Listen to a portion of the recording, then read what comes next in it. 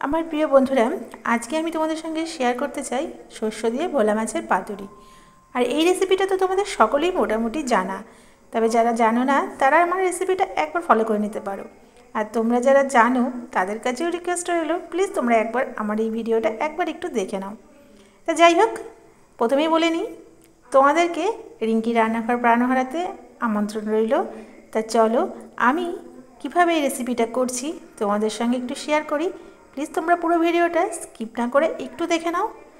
প্রথমেই আমি দেখো মাছগুলোকে ধুয়ে নিয়ে চলে এসেছি। আর তারপরে প্রথমেই যেটা নিয়ম, নুন হলুদ মাখিয়ে মাছটাকে ভেজে নেওয়া, আমি সেটাই করছি।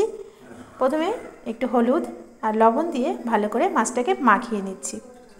আর তারপরে মাছগুলোকে এক এক করে কড়াইতে দিয়ে দেবো। কড়াইতে কিন্তু অবশ্যই তেলটা কিন্তু গরম করে দিতে হবে, তা না হলে মাছটা লেগে যাবে। তা কড়াইতে ভালো করে তেলটা গরম করে মাছগুলো এক এক করে দিয়ে নিচ্ছি দেখো। আর এদিকে মাছটা এক পিঠ হতে হতে আমি মশলাটাকেও রেডি করে ফেলি। প্রথমে দেখো সাদা শস্য দিয়ে আমি মাছটাকে রান্না করব, তার জন্য আমি 3 চামচ মতন সাদা শস্য নিয়ে নিলাম। আর নিয়ে নিচ্ছি কটা কাঁচা লঙ্কা। এবার এটাকে একটা পেস্ট তৈরি করে নেব। এবার এদিকে দেখো মাছগুলোও আমার এক পিঠ ভাজা হয়ে গেছে, এগুলোকে উল্টে নিয়েছি। আর এক পিঠটাও আমি একটু ভালো করে ভেজে নিচ্ছি। তো বন্ধুরা, এই ভোলা মাছ কিন্তু এমনিতেও বেশ গরম গরম ভাজা খেতে বেশ ভালো লাগে, আর শস্য দিয়ে তো আরও অসাধারণ লাগে। তোমরা তো যারা যারা এই শস্য পাতুরিটা খেয়েছো তারা তো জানোই, তাদেরকে নতুন করে বলার কিছুই নেই।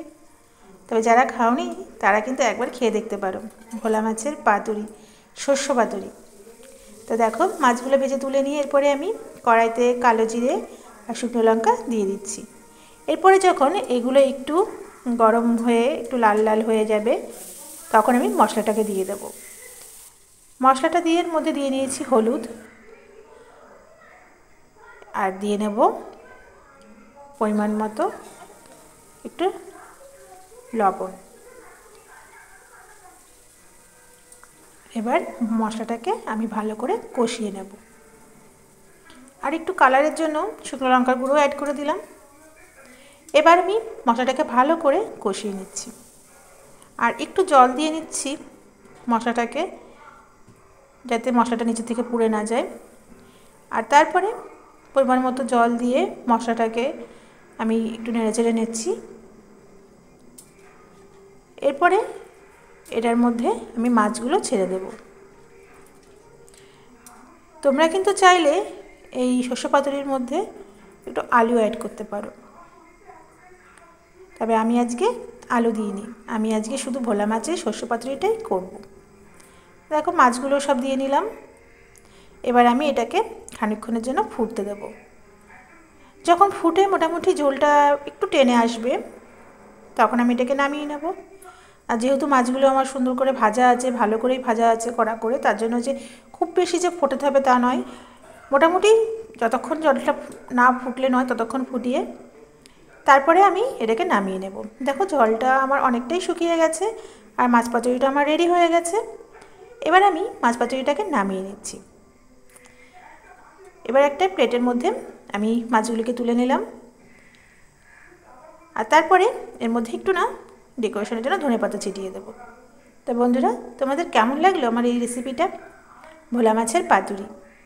তোমরা যারা নতুন আছো আমার চ্যানেলটা দেখছো, তাদেরকে বলছি প্লিজ তোমরা আমার চ্যানেলটাকে একটু সাবস্ক্রাইব করো, অল বাটনটা ক্লিক করে দিও, যাতে আমার নতুন নতুন ভিডিওগুলো তোমাদের কাছে পৌঁছে যায় চটজলদি। আর তোমরা যারা আমার পুরনো বন্ধুরা আছো তাদেরকে তো অনেক অনেক ধন্যবাদ আমার এই ফুল ভিডিওটা দেখার জন্য। তা দেখো আমার তো ভোলা মাছ পাতুরি রেডি হয়ে গেছে। উপর দিয়ে আমি একটু ধনেপাতাও ছিটিয়ে দিই। ধনেপাতা ছিটিয়ে দিলে না একটু সেন্টও আসবে, আর এটা ছিটিয়ে দিলে একটু দেখতেও, ভোলা মাছের পাতুরির উপরে একটু ছিটিয়ে দিলে দেখতেও ভালো লাগবে। তো আমি একটু ধনেপাতা ছিটিয়ে দিচ্ছি। বন্ধুরা, তোমাদের যদি আমার এই রেসিপিটা ভালো লাগে তাহলে প্লিজ তোমাদের কাছে অনুরোধ রইল, একটা লাইক করে একটা কমেন্টস করে যেও। আর আবারও বলছি, তোমরা যারা নতুন আছো তারা প্লিজ আমার চ্যানেলটা একটু সাবস্ক্রাইব করে আমার পাশে থেকো। তা চলো আজকের মতো তো এটুকুই, আবার দেখা হবে অন্য কোনো নেক্সট ভিডিও নিয়ে। ততক্ষণের জন্য টাটা। তোমরা সকলে খুব খুব ভালো থেকো।